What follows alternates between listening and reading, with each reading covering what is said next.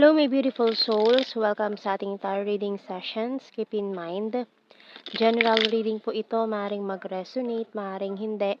Kunin nyo na lang po kung para sa inyo and leave the rest. Maaaring mag-shift the energies or magkabaliktad ang sitwasyon. Kaya kayo na pong bahala kung saan kayo nakalugor sa reading natin. So, let's see.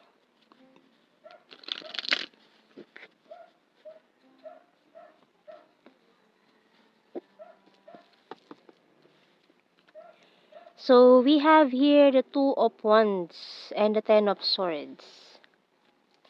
Nine of Cups and the Knight of Wands. The Sun and the Nine of Pentacles. Queen of Swords and the Lovers.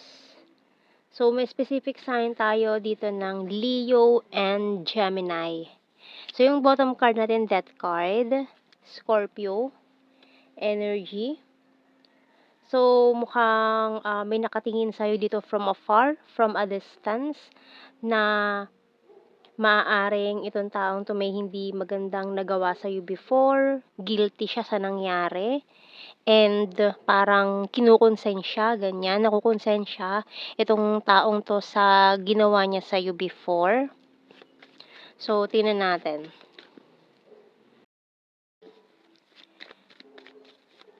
Tingnan natin sa signs and symbol cards natin dito. So, maaaring yun ang may energy or sign ng Leo, Gemini, or Scorpio. Compass. Oh. Light bulb. So, nag-iisip siya ng mga dito new ideas or plano. May plano itong taong ito na puntahan ka. Parang may nagtutulak sa kanya na puntahan ka, humingi ng tawad sa'yo sa nangyari. So, we have here shoes. And, ayan. So, this person is looking for you with this magnifying glass. And, ground. Waterfalls. Closed book. So, malino na it's parang dead end na for you and this person, or natapos na yung ugnayan nyo nitong taong to, or hindi na kayo nag-uusap. Pero may something na nagtutulak sa kanya para mukhang matagal na to, overdue na ito, pero sa tinagal-tagal mukhang sincere naman yung apology niya dito. Tingnan natin. So, mukhang baka itong taon to, maiyak pa siya sa harapan mo habang nagsusorry siya, ganyan. Kasi feeling talaga siya, sincere yung kanyang paghingi ng tawad. So, tingnan natin.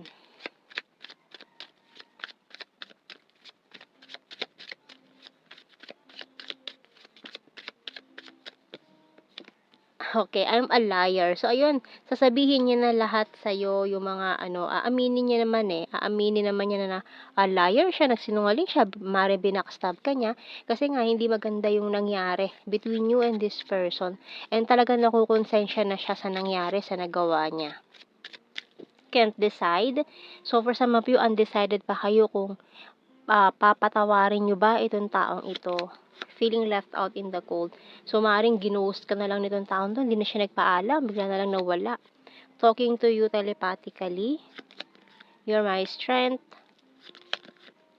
Being defensive. So, mga defensive mode, yung iba dyan sa inyo na parang paparating pa lang siya, pero hinahadlangan nyo na. So, you're so sweet and caring, and you complete me. So, yung bottom card, I'm keeping tabs on you. So, nakamasid pa rin yan sa'yo. Hindi ka pa rin niya totally nakakalimutan. Lahat na nangyari noon, talaga very fresh pa rin sa memory niya. So, tingnan natin more messages sa ating The Hidden Truth Oracle cards. I hid who I'm really am from you. I know that I crossed the line with you. So, ayan. Sumobra siya sa mga nangyari Talagang nahihiya naman itong taong to ngayon sa mga nagawa niya. So, the timing just wasn't right for us. And I wish I had treated you better. So, ito yung, ano niya ngayon, na-realize niya na sana trinato ka na lang niya ng maganda, hindi niya ginawa yun sa'yo. And we both know I'm not the one for you. I feel you leaving me behind. So, iniisip din kasi nitong taon 'to na siguro hindi kayo para sa isa't isa kaya nangyari yun, eh. And iniisip niya na parang ngayon is ikaw naman yung iwas sa kanya, ikaw naman yung lumalayo sa kanya. So, I want to feel that way again. And I remember every detail of that day. So, ayun na nga 'no, sobrang tagal na siguro pero para sa kanya fresh pa rin yung nangyari, parang kailan lang.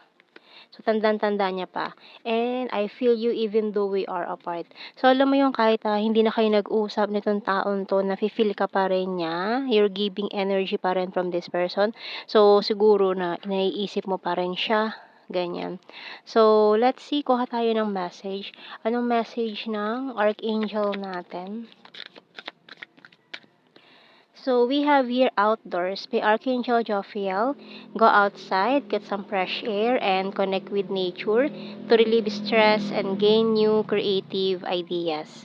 So maaari magkasalubong kayo dyan somewhere down the road, having while enjoying sa outdoor, ganyan, unexpected. Tapos ito na flip natin ang bottom card. Beloved one, by Archangel Chamuel, I'm helping you with your spiritual soulmate relationship.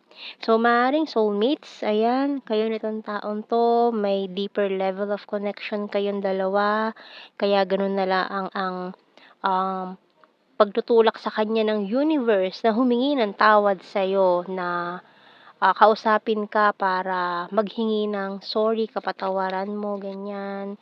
So, talaga, this person is feeling sorry sa mga nagawa niya. Guilty siya. Aminado siya, nagkamali siya. Importante, inamin niya. Ayan. And, alam niya na kung saan siya nagkamali. So, tingnan natin sa initials. OV.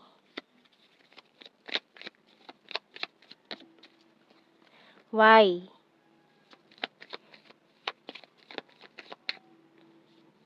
M.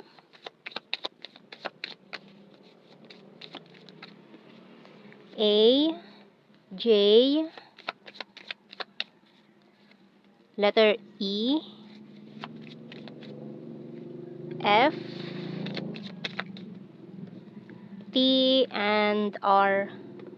Bottom card natin. So, let's see sa ating blue card. So, may something on destiny na pinaplano din para sa inyo. Ayan, manifestation and ayan another soulmate. So, maring soulmates talaga kayo nitong taon to. Feeling niya, soulmates kayong dalawa. May something sa inyo na kaya hindi kanya magawang kalimutan. Ayan, kaya parang the universe is giving them signs na sige na, lumapit ka, mag-reach out ka, humingi ka ng tawad sa kanya, ganyan. Kasi may mga mission kayong dapat tapusin dito sa earth bago kayo umalis, ganyan. So, talagang hindi mo maiiwasan 'tong taong 'to. So, let's see sa ating general signs and messages. So, very, very, very, very soon, so itong taong ito ay lalapit sa'yo. April, responsible, 6, Cup is water sign, Cancer, Scorpio, and Pisces. The Runner card, Selfieholic. Amazing. And ayan yon, very, very soon. So, talagang lalapit tong taong to sa'yo, or kung unexpected man itong pagkikita nyo.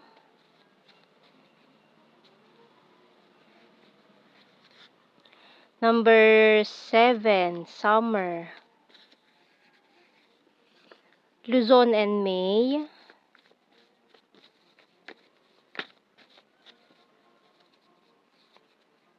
South PH. Air sign, Gemini, Libra, Aquarius.